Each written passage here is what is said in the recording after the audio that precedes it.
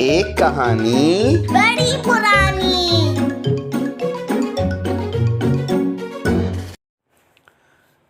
ساتھ ساتھ۔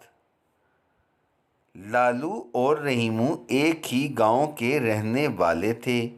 ان کے گھر بھی ساتھ ساتھ تھے۔ لالو کا اصل نام لال محمد تھا اور وہ ایک کسان تھا۔ گاؤں سے باہر اس کی 10 ایکڑ زمین تھی اور وہ اس پر کاشتکاری کرتا تھا۔ رحیمو کا اصل نام رحیم بخش تھا اور وہ پیشے کے لحاظ سے ایک کمہار تھا۔ مٹی کے برتن بنا کر ان پر عمدہ نقش و نگار بنانے میں وہ نہایت ماہر تھا۔ پڑوسی ہونے کے باوجود دونوں میں سانپ اور نیولے کا بیر تھا۔ دونوں ایک دوسرے سے لڑنے، جھگڑنے اور ایک دوسرے کو نیچے دکھانے کا کوئی موقع ہاتھ سے نہ جانے دیتے تھے۔ سارے گاؤں کے لوگ ان کے روز روز کے جھگڑوں سے تنگ آ چکے تھے۔ کئی بار بڑے بوڑھوں نے انہیں سمجھا بجھا کر صلح صفائی بھی کروائی، مگر کچھ دن بعد وہی ڈھاک کے 3 پات۔ حد تو یہ تھی کہ وہ ایک دوسرے کی ناکامیوں اور نقصانات پر بھی بہت خوش ہوتے تھے۔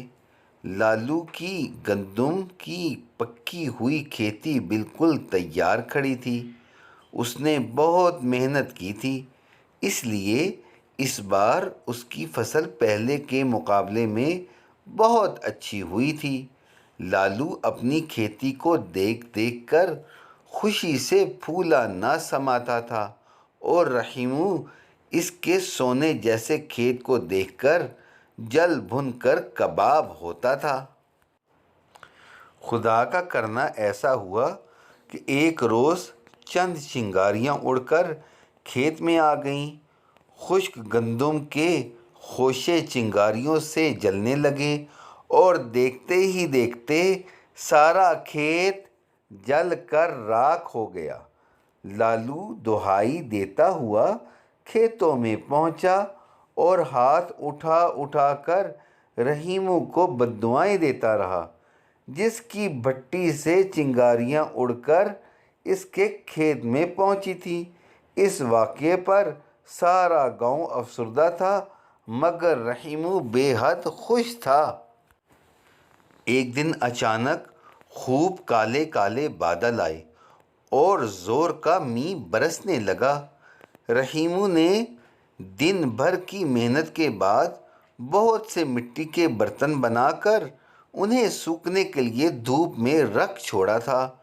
بارش اتنی آنن فانن آئی کہ رحیمو کو برتن اٹھانے کی مہلت بھی نہ ملی۔ تھوڑی ہی دیر بعد گیلے برتن پانی میں بھیگ کر گارا بن چکے تھے۔ رحیمو کے نقصان کی خبر لالو کو ہوئی تو وہ بہت خوش ہوا اور سوچنے لگا، چلو اچھا ہوا، میرے نقصان پر وہ بڑا خوش ہو رہا تھا، اب اللہ تعالیٰ نے حساب برابر کر دیا۔ بارش جو شروع ہوئی تو اس نے رکنے کا نام ہی نہ لیا۔ وقفے وقفے سے بارش برستے آج تیسرا دن تھا۔ کھیت کھلیان سب پانی میں ڈوب چکے تھے۔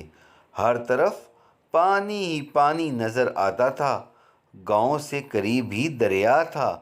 اس کا بند ٹوٹا تو سیلاب آ گیا اور پانی کے ریلے گھروں میں داخل ہونے لگے۔ کچھ لوگوں نے محفوظ مقامات پر پناہ لی۔ لالو کا گھر پختہ اور 2 منزلہ تھا، جبکہ رحیمو کا گھر کچا اور نیچا تھا۔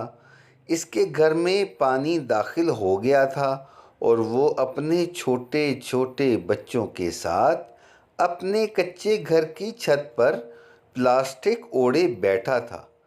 لالو اپنی بالائی منزل سے یہ نظارہ دیکھ رہا تھا اور رحیمو کی حالت دیکھ کر بہت خوش ہو رہا تھا۔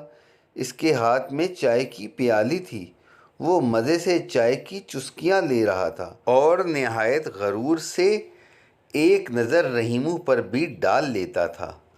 اس نے موسم کا مزہ لینے کے لیے ہاتھ میں ریڈیو لے کر جو ہی اس کا بٹن دبایا تو اس کے کان میں قرآن کریم کی سورۃ الحدید کی آیت نمبر 23 کے ترجمے کی یہ آواز آئی: اللہ کسی اترانے اور شیخی بھگاڑنے والے کو دوست نہیں رکھتا۔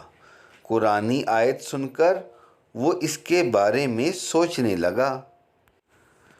پھر جو ہی اس کی نظر گلی میں پڑی تو وہ حیران رہ گیا۔ اس نے دیکھا کہ ایک تنکوں کا ٹوکرا روانی سے پانی میں بہتا چلا آ رہا ہے اور اس میں ایک سانپ بیٹھا ہے اور اس کے ساتھ ہی ایک ننھی منھی چڑیا اپنے چھوٹے چھوٹے بچوں کو اپنے پروں میں چھپائے بیٹھی ہے۔ مصیبت کی اس گھڑی میں سانپ نے چڑیا اور اس کے بچوں کو کوئی نقصان نہ پہنچایا اور وہ سیلاب سے بچنے کے لیے ایک ہی ٹوکری میں ساتھ ساتھ بیٹھے ہیں۔ دوسرے ہی لمحے وہ رحیمو کے گھر پر تھا۔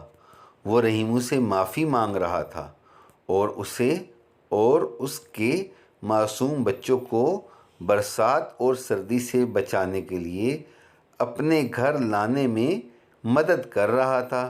رحیمو بھی لالو کے رویے سے اتنا متاثر ہوا کہ اس کی ساری نفرت محبت میں اور دشمنی دوستی میں بدل گئی۔